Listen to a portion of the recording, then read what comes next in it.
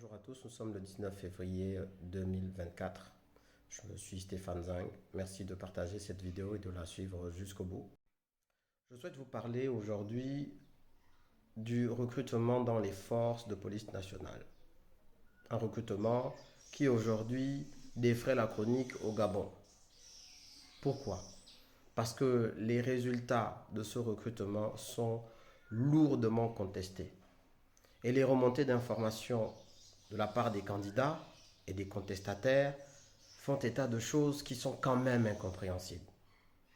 On a l'impression d'un recrutement sur la base des affinités, des parentés, claniques et autres.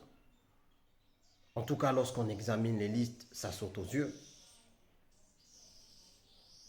Plusieurs candidats avaient déjà été éliminés lors des preuves précédentes, mais finalement, leur nom se retrouve parmi les personnes recrutées, alors que ceux qui étaient toujours en lice, finalement, ont été éliminés au profit de ceux qui avaient déjà été éliminés. Autant de questionnements. L'heure tardive à laquelle ce concours, en tout cas les résultats, ont été rendus publics, il me semble que c'était 2 heures du matin. Autant de questionnements de la part des différents candidats malheureux et qui sont très nombreux. Dans ce genre de situation, les responsables en charge de ce recrutement devraient recevoir les candidats, entendre leurs plaintes, examiner chaque dossier. Pourquoi? Tout simplement d'abord parce qu'il s'agit là de Gabonais à qui il faut montrer qu'ils sont respectés et traités dignement. Le respect. Mais aussi et surtout parce qu'il s'agit là de candidats âgés de 18 à 25 ans. Parce que c'était ça le critère principal d'âge pour candidater. Quand on sait qu'au Gabon, plus de 40% de cette population jeune est au chômage, vous comprenez tous les espoirs qu'il y a derrière ces recrutements de police qui aujourd'hui représentent désormais et malheureusement le moyen le plus rapide d'accéder à ce qu'on appelle l'activité professionnelle. Donc l'autonomie, donc pouvoir manger, donc pouvoir se loger, se soigner, fonder une famille, vivre dignement. Tous ces espoirs ont fait que des jeunes se sont endettés même pour ces recrutements. Sans parler de la charge émotionnelle, de toute l'attente. Parce que beaucoup d'entre eux étaient au chômage. Beaucoup sont en train de terminer peut-être leur formation universitaire sans perspective. Ils se sont dit, là au moins, je vais essayer de mettre en œuvre mes compétences, mes capacités pour accéder à l'emploi.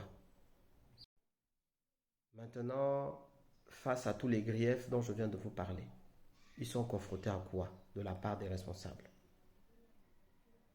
Normalement, le commandement en chef des forces de police nationale et tous les départements en dessous et tous les services impliqués devraient les écouter, leur demander peut-être même de s'organiser en collectif pour les recevoir, leur expliquer et examiner et corriger, surtout corriger, parce qu'il ne s'agit pas seulement d'examiner.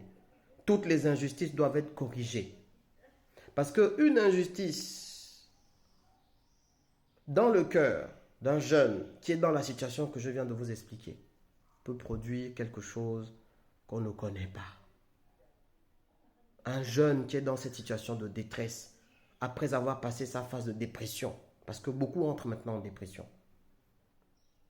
en étant dans une phase de colère, une colère dans l'incompréhension totale, il est incontrôlable et imprévisible. Comment pouvons-nous rendre au Gabonais sa dignité si déjà on ne lui montre pas de la considération? Moi-même, j'ai pris le téléphone pour appeler le commandement en chef des forces de police nationale pour essayer de demander qu'une solution soit trouvée, essayer de comprendre ce qui se passe puisque j'ai été sollicité par de nombreux jeunes en inbox avec chacun des situations particulières, juste pour entamer une discussion. Et j'ai pu être témoin de cette froideur, de ce silence qui malheureusement frise même le mépris. Parce que on te raccroche au nez pour parler poliment.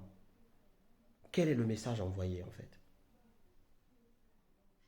quel message envoyer ou est envoyé?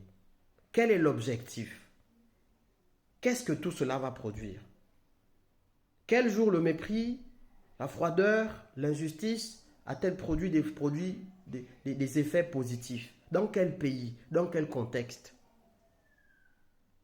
Si même les mots MAUX ne sont plus verbalisés par des mots MOTS et qu'on ne peut pas s'asseoir et discuter avec des personnes qui sont dans la détresse, mais ces mots MAUX ne vont faire que gangréner.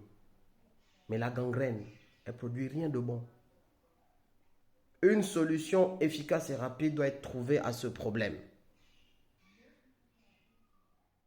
Parce que la restauration de la dignité passe par cela.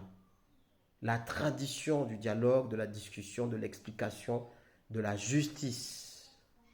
Trouver des solutions et non pas engendrer des problèmes.